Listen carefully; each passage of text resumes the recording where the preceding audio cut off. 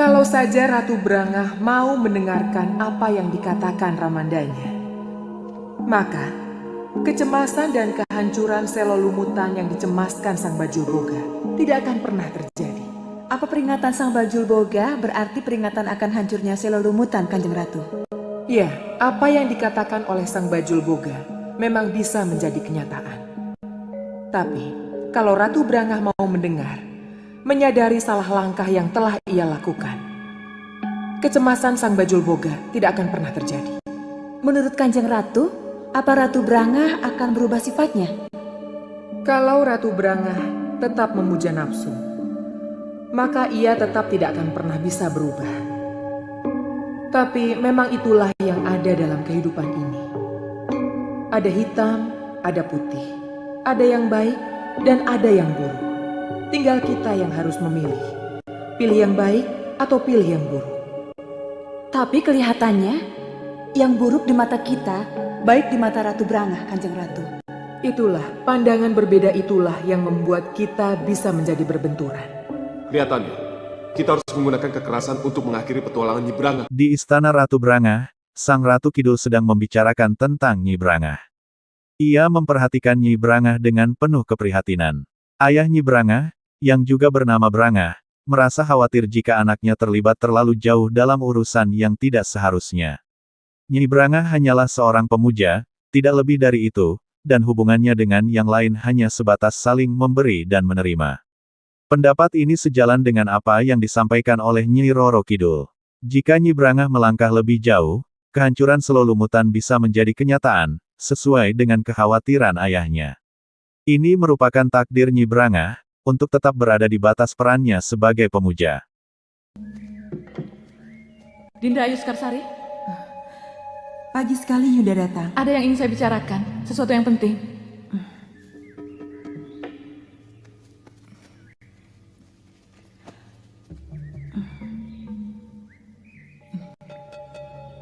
Mengenai apa? Mengenai Kembang Tanjung. Kenapa lagi dengan Kembang Tanjung? Berarti Kanjeng Tumenggung belum mengatakan pada Dinda siapa sebenarnya Kembang Tanjung itu? Tidak, karena Tumenggung tidak mengatakan apa-apa tentang Kembang Tanjung. Ketahuilah Dinda, Kembang Tanjung itu sebenarnya adalah putri dari Kanjeng Tumenggung sendiri.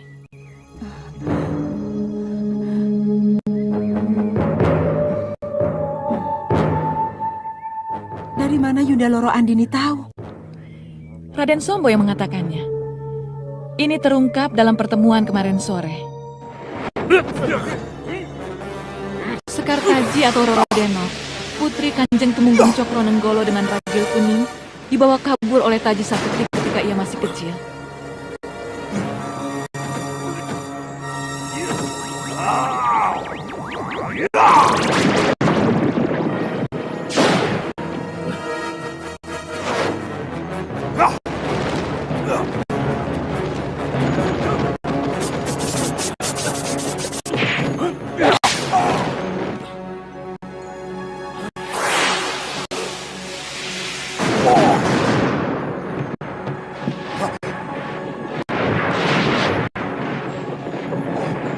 Tidak! Ragil kuning! Joko Suto! Sekartaji! Ayo cepat pergi dari sini!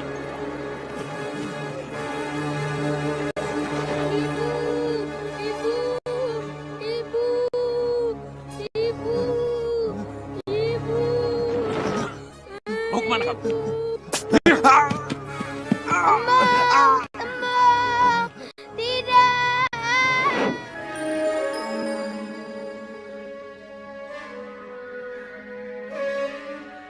Lalu apa yang Yunda harapkan dari saya? Sehingga Yunda memberitahu itu pada saya.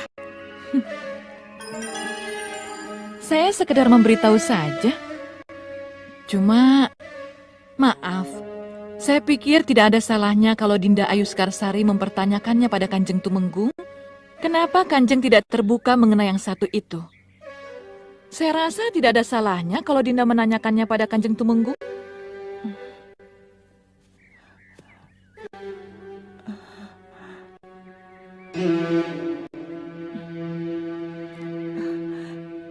Iya, Yunda. Akan saya tanyakan kepada Kanjeng Tumenggung. Ada hal yang lain, Yunda? Tidak, saya kira cuma itu yang ingin saya sampaikan. Pamit mundur, Dinda.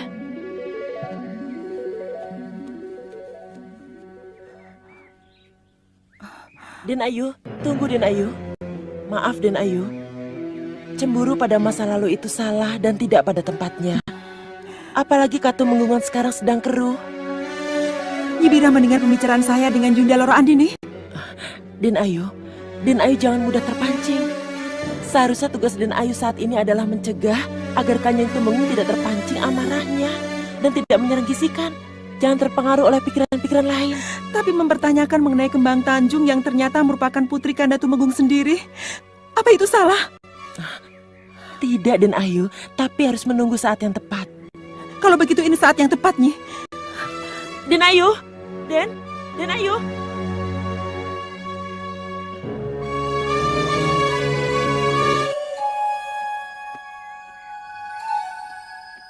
Sudah berjemurnya, Dinda? Saya merasa terbakar dan saya tidak tahan lagi. Terbakarnya oleh panas matahari? Lebih panas dari matahari setelah saya dengar siapa Kembang Tanjung sebenarnya. Ini yang Kanda tidak suka. Siapa yang berani bicara lancang tentang Kembang Tanjung pada Dinda? Yunda Loro Andini. Dan Loro Andini pasti dari Sombo. Ibu dan anak sama saja. Saya tidak mengerti, Kanda. Kenapa saya harus mendengar dari orang lain? Bukan dari Kanda sendiri. Kehati-hatian Kanda lah Di tempat lain, di Kakutemenggungan, Roro Andini tengah bercerita tentang masa lalu Tumenggung. Ia mengungkapkan bahwa Sang Dewi Kembang Tanjung sebenarnya adalah putri Tumenggung dari masa lampau. Cerita ini sengaja ia lontarkan untuk memancing kecemburuan Sang Permaisuri, Dewi Ayu Sekarsari. Mendengar cerita tersebut, Sang Permaisuri semakin terbakar cemburu. Namun, pembantunya yang setia menasihatinya agar tidak cemburu pada masa lalu Tumenggung. Meski demikian, Dewi Ayu Sekarsari tidak mendengarkan dan tetap menemui Tumenggung untuk meminta penjelasan. Tumenggung pun akhirnya menceritakan semuanya dengan tenang, hingga api cemburu yang membara di hati Sang Permaisuri perlahan mereda.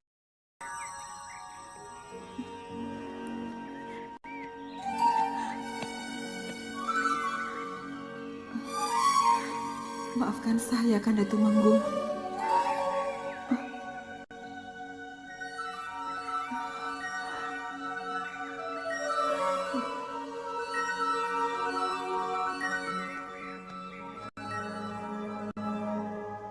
Kita boleh ikut lega, Cundomanik.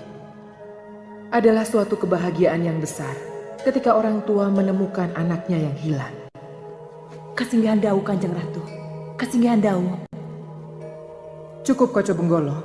Kamu boleh pergi. Baik, Kanjeng Ratu.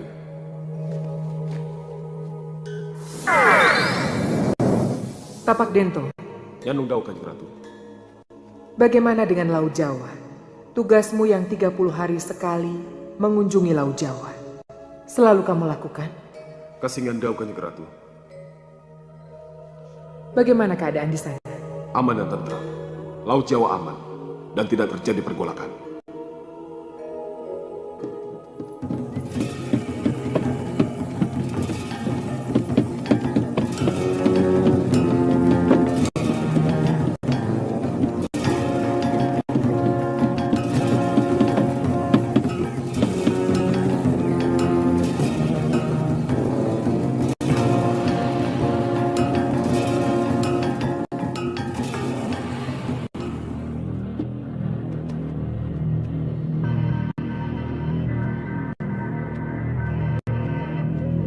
Ini mendesak, Nyi.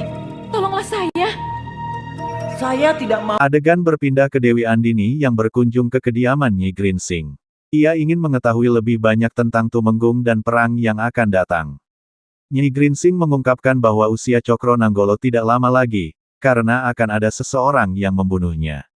Dewi Andini juga ingin tahu tentang nasib dirinya dan Raden Sombo, yang ternyata telah diusir dari Kakutemenggungan.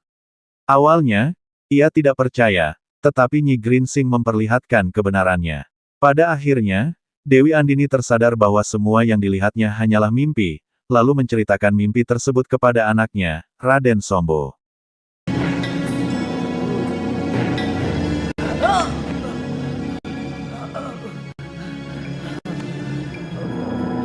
Nyi Gringsing?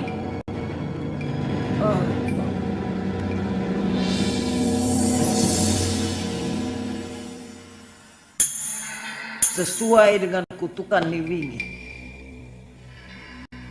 Tidak lama lagi Tumenggung Cokronanggolo akan meninggal.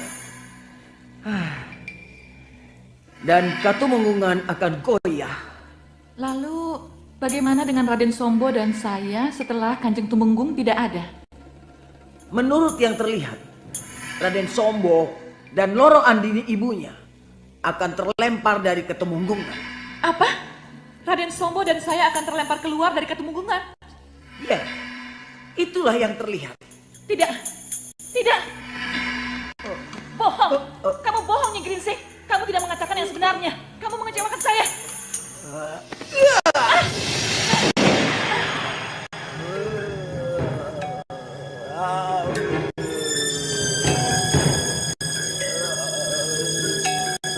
Ampun, ampun Nyi Gringsing.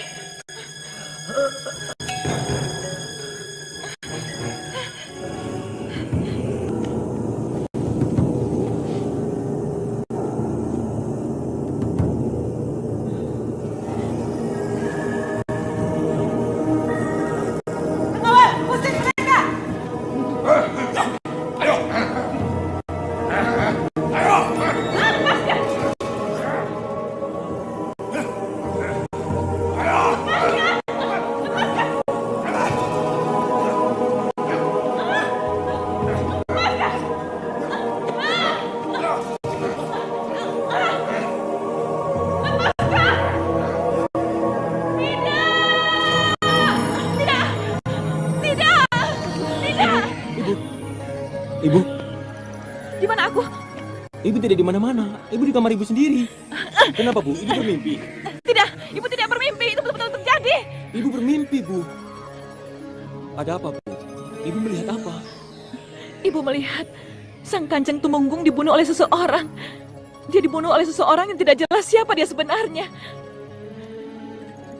Lalu setelah sang Tumenggung dibunuh, beberapa orang menyeret mayatnya dan membuangnya.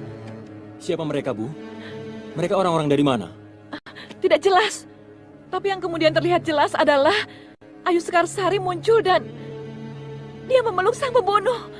Lalu? Ini yang paling menyakitkan. Ibu dan kamu, Raden, diusir dari Ketumenggungan dan diseret-seret sebagai pesakitan. Lepaskan! Lepaskan! Lepaskan! Saya harap ini hanya mimpi, Bu. Tidak. Ibu kira itulah yang akan terjadi. Begitu Kanjeng Tumenggung meninggal, Ayu Sekarsari akan langsung mengusir kita. Itu hanya mimpi, Bu. Mungkin dia sudah tahu siapa kita sebenarnya. Mungkin justru dialah yang merencanakan pembunuhan atas Tumenggung dan akhirnya mengusir kita. Ayu Sekarsari harus dibunuh. Harus dibunuh dan aku sendiri yang harus melakukannya. Tidak, Bu. Tidak. Ibu tidak boleh bertindak gegabah, Bu. Apa salahnya mendahului daripada akhirnya kita diusir? Tidak, Bu. Jangan, Bu. Ibu tidak boleh bertindak sembarangan. Justru kita harus semakin berhati-hati, Bu.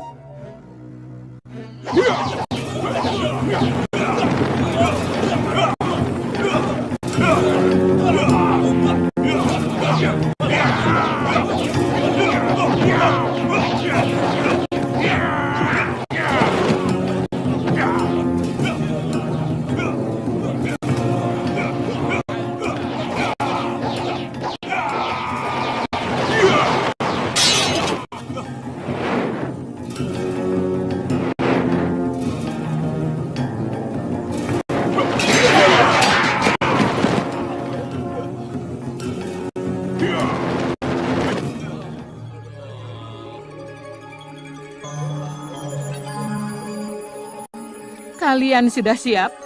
Aku yakin kalian akan menang melawan Katumenggungan. Tapi jangan kaget, aku datang dengan kabar baik.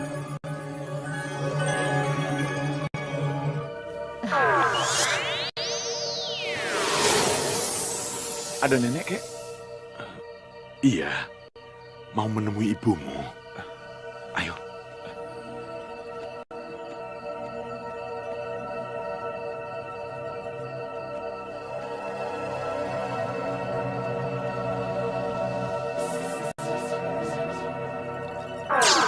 Tantri.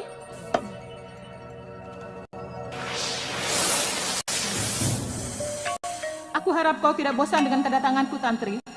Di tempat lain, di kediaman Seto Satrio, pasukannya tengah berlatih keras untuk memperkuat kemampuan mereka. Nyai Wingit mengawasi dengan seksama. Hingga akhirnya, Nyai Wingit berkata bahwa peperangan sudah di depan mata dan tak bisa dihindari. Sang Ratu Brangah kemudian memerintahkan pasukannya untuk membawa Nyai Wingit menghadapnya. Dengan marah, Sang Ratu menegur Nyai Wingit karena terlalu sering ikut campur dalam urusan kerajaan. Setelah itu, Nyai Wingit juga diperintahkan untuk menghadap Ratu Gendeng Permoni, yang lebih marah lagi karena Nyai Wingit meminta bantuan ke sana kemari tanpa pertimbangan. Ayo sini, lihat halaman belakang.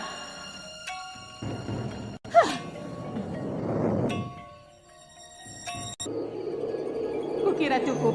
Aku akan kembali ke Setra Gondomayit.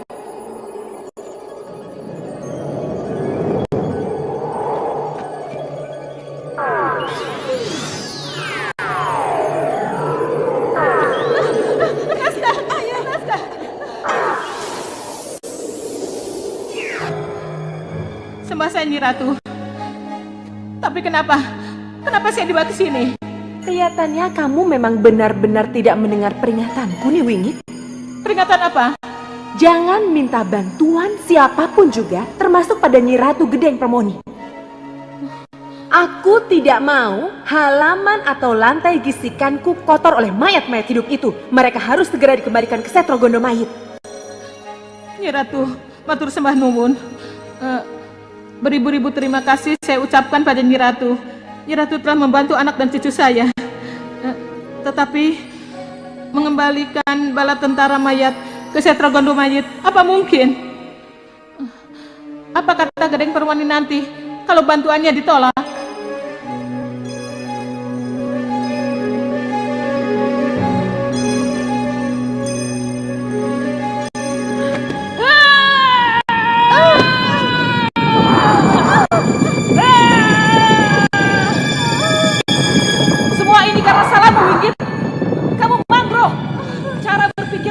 Dua, ikut sana, ikut sini.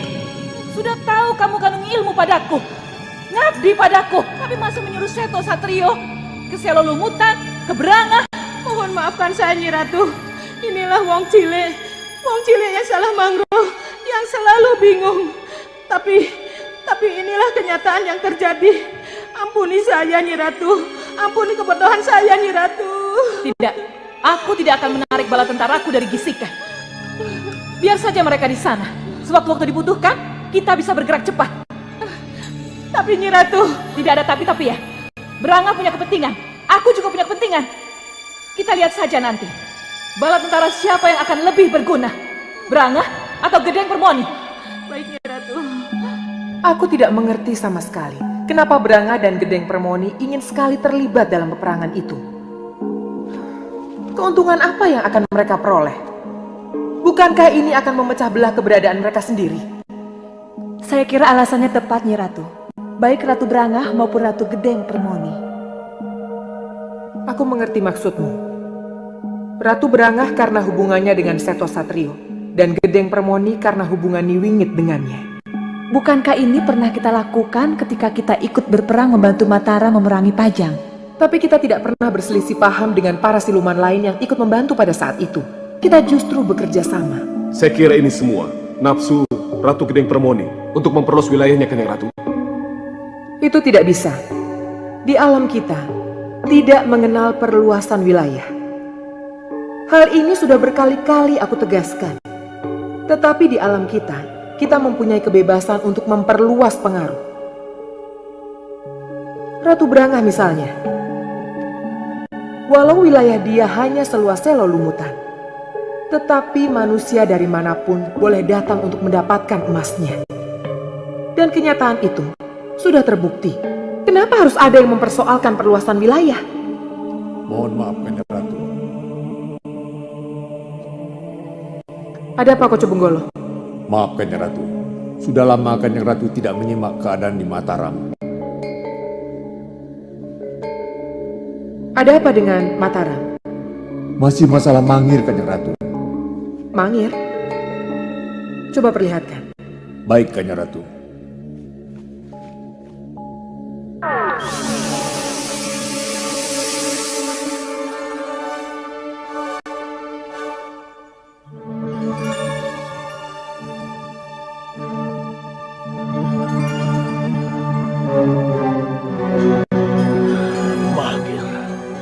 Mangir. Wonoboyo. Ki Ageng Mangir. Pembang. Sementara itu, Sang Ratu Kidul menatap kaca benggala yang menunjukkan permasalahan Mataram. Raja Mataram tengah dihadapkan pada musuh tangguh dari negeri Mangir, dan ia penasaran untuk menghadapi Mangir sendiri. Namun, salah satu penasihat Mataram menyarankan agar raja tidak perlu turun tangan langsung. Sebagai gantinya, Tumenggung Cokro Nanggolo diusulkan untuk memimpin serangan ke Mangir. Sang raja sangat setuju dengan saran tersebut. Jogorogo, siapkan kereta perang dan pakaian perangku. Aku ingin hadapi sendiri. Sampai di mana kehebatan si pemberontak ini? Mohon maaf Sinuwun. Masa harus Sinuwun sendiri yang maju? Apa di Mataram sudah tidak ada senopati yang handal? Masa hanya menghadapi Mangir saja? Harus Gusti Panembahan Senopati yang maju? Apa tidak berlebihan? Saya kira sudah saatnya Putra Paduka Purboyo diberikan kesempatan, Romo. Sayalah yang akan ke Mangir. Apa artinya Mataram punya banyak tumenggung atau senopati kalau mereka tidak diberi tugas? Iya. Saya setuju itu. Bicara soal tumenggung, kalau tidak salah Mataram punya tumenggung yang pada masa lalunya dikenal sebagai prajurit tangguh. Tumenggung Cokro Nanggolo? Ya, tumenggung yang sudah sepantasnya memikul tugas ini. Ya, saya setuju. Karena memang Tumenggung Cokro Nanggolo lah yang saya usulkan. Paman Juru Mertani, kalau memang Cokro Nanggolo mumpuni, tidak ada salahnya kita coba kekuatannya. Kita uji kehebatannya. Menurut saya, Tumenggung Cokro Nanggolo bukan hanya mumpuni, tapi juga ia punya prajurit-prajurit handal yang diangkat dari para pendekar. Dan menurut saya, ini kesempatan baik buat Tumenggung Cokro Nanggolo untuk membuktikan kesetiaannya pada Mataram. Baik, Paman Juru Mertani. Akan aku buat surat perintahnya. Tumenggung Cokro Nanggolo tidak usah sowan. Langsung bisa menyerang Mangir. Kenapa tiba-tiba harus Cokro Nanggolo yang mendapat tugas? Ada apa ini? Apa ini jalan pintas untuk Bayu menuju ke Mataram? Jadi kamu tahu dengan apa yang harus kamu lakukan? Hindari gerbang Katemenggungan. Kamu harus benar-benar berada di tembok samping Pantisari. Cari pohon tertinggi. Dari sanalah kamu bisa membidik dengan tempat panahmu. Ingat, harus tepat ke Raden Sombo. Beres, Raden. Jangan khawatir.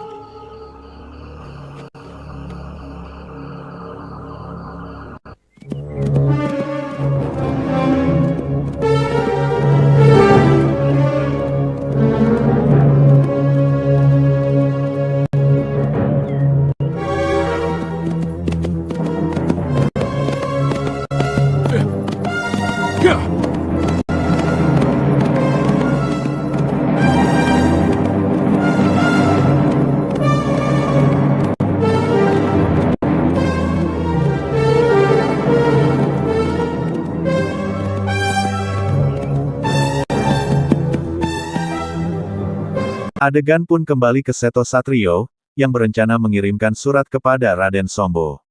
Ia sangat berambisi untuk menyerang Kakutemenggungan. Sang pemanah yang dikirim untuk menyampaikan surat itu menjalankan tugasnya dengan baik, dan surat tersebut tiba tepat di depan bilik kamar Kakutemenggungan.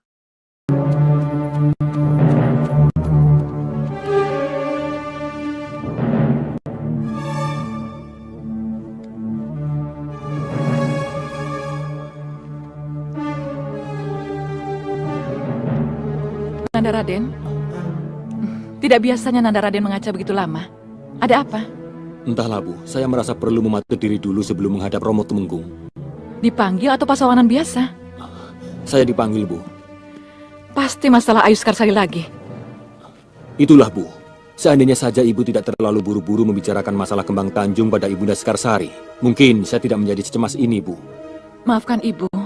Sekarang Ibu bisa menahan diri. Tidak apa-apa, Bu. Sudah terlanjur. Kalau perlu saya akan mengatakan pada Romo Temenggung bahwa saya memang cemburu dengan kehadiran Kembang Tanjung, Bu.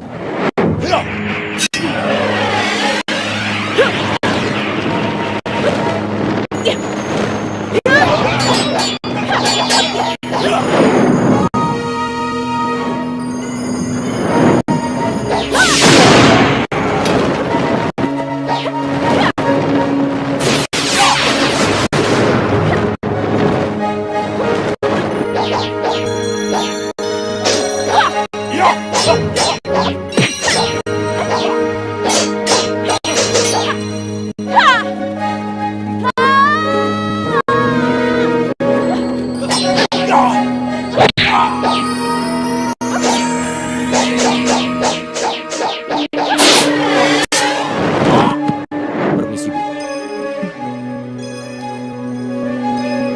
Ramalan memang mengusik kita, Raden. Tapi percayalah, Katumenggungan akan tetap menjadi milik kita.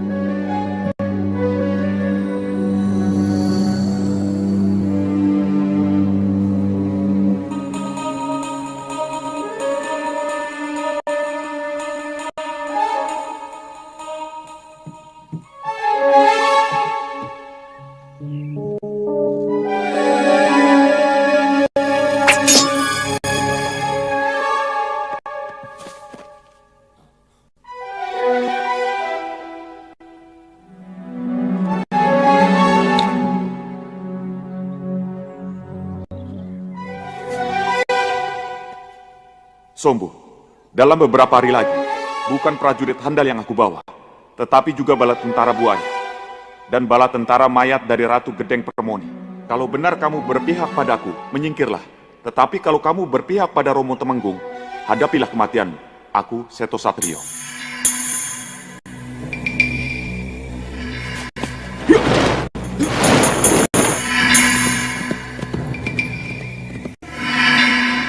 Raden, Ada apa?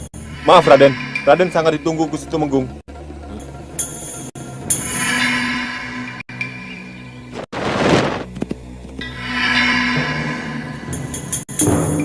Dari mana saja kamu, Sombo?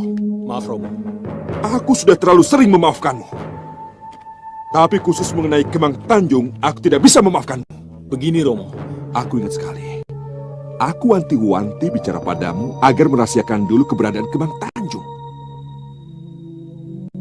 Tapi pulang dari pertemuan, kamu langsung menceritakan apa yang seharusnya kamu rahasiakan pada ibumu. Entah apa tujuannya. Sehingga ia menceritakan apa yang ia ketahui pada Ayu Skarsari. Saya mengakui berbuat salah, Romo. Saya tidak bisa menjaga rahasia. Tetapi saya yakin Ibunda tidak punya maksud apa-apa menceritakan tentang Kembang Tanjung kepada Ibunda Skarsari. Saya rasa ini hanya pertukaran perasaan sesama perempuan saja, Romo. Tidak. Aku yakin kalian berkomplot. Ingin membuat suasana menjadi panas. Tidak, Romo. Itu salah besar, Romo. Kalian berkomplot. Sudah lama kalian berkomplot. Aku curiga sejak peristiwa Jenang Procotan. Kenapa tiba-tiba kamu panani tindik yang baru saja ingin membuka rahasia?